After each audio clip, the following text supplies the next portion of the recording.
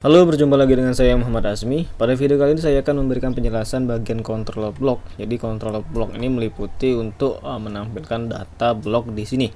Nah, jadi misalkan Anda mengklik suatu link di sini, misalkan di halaman front, di halaman depan atau halaman index atau halaman home, maka akan menampilkan tampilan seperti ini, yang dimana menampilkan detail dari blok tersebut. Nah, kemudian kalau di halaman index atau halaman depan, tampilannya akan seperti ini. Baiklah, kita lihat pada bagian controller block. Nah, di sini saya sudah memiliki pemanggilan model dan function yang sudah disiapkan, yang kurang lebih sama dengan controller di home pada video sebelumnya.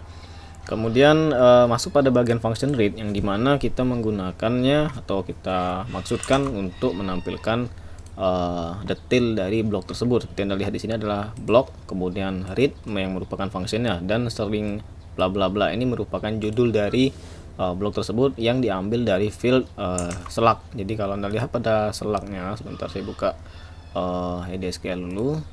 Pada bagian blok ini ada yang namanya select block, sedangkan kalau yang di produk itu adalah select product.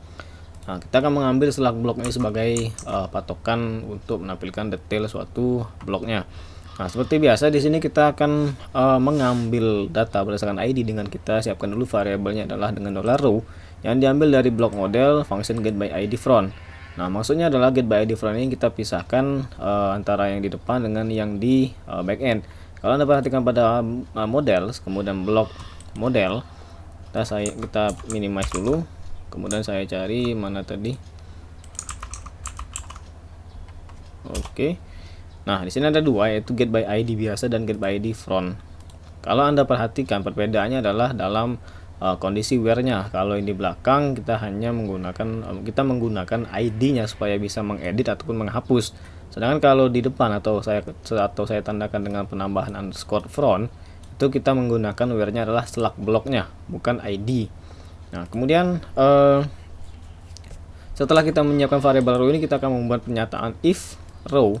Maksudnya adalah jika bloknya itu ada, maka kita tampilkan. Sedangkan kalau tidak, ya kita akan tampilkan seperti ini, alert untuk dinyatakan blok tidak ditemukan. Contohnya, misalkan nih, saya buka ini tanda S saja satu kali, maka akan diarahkan blok tidak ditemukan dan diarahkan ke halaman index lagi. Oke. Begitu juga nanti kalau Anda ingin membuat suatu modul lain, Anda bisa mempraktekannya dengan cara seperti ini. Tinggal dicopot saja, kemudian atur lagi baik itu di nama model dan fungsinya. Kemudian ada lagi yang namanya di sini this data block. Kita ambil juga dari si get by ID. Nah, kenapa kita buat dua macam. Satu, kita kan sudah memanggil di atas nih. Kenapa kita panggil lagi di bawah? Nah, karena dalam proses pemanggilan juga sudah beda. Di sini kita hanya langsung menampilkan dalam format variable row seperti ini. Sedangkan untuk memasukkan ke dalam si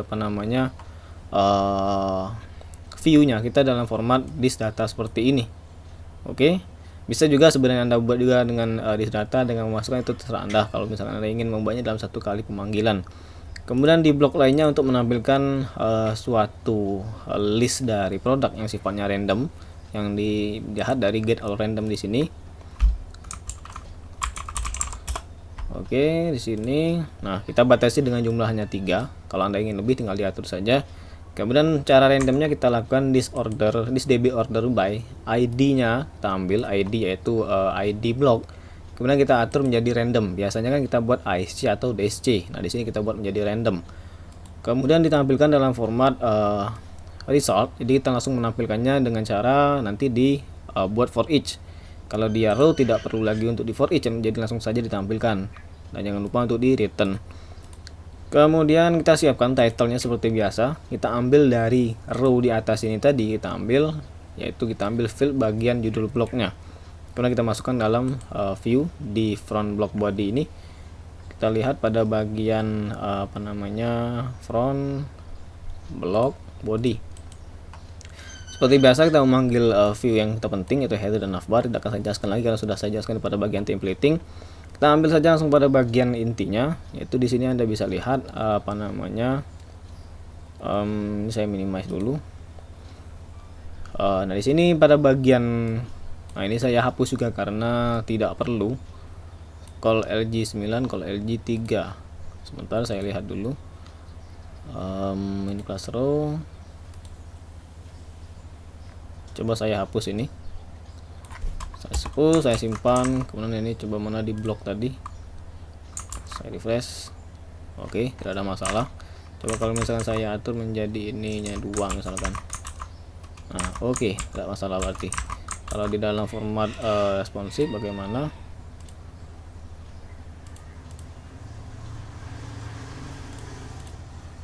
Oke, ternyata bermasalah. Sebentar, coba seperti ini. Ini saya tutup.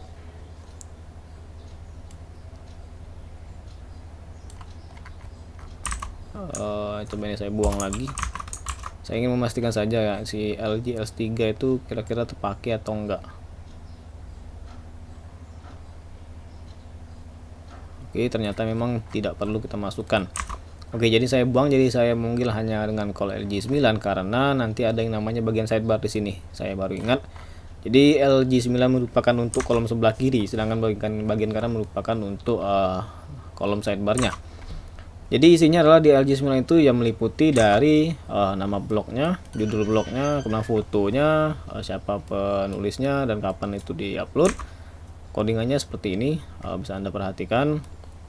Nanti tinggal Anda perhatikan sendiri. Kalau misalnya ingin tanyakan, silahkan ditanyakan kepada saya, karena dalam sini saya anggap Anda sudah bisa dasar-dasar PHP dan coding editor, dan struktur codingnya juga sangat sederhana.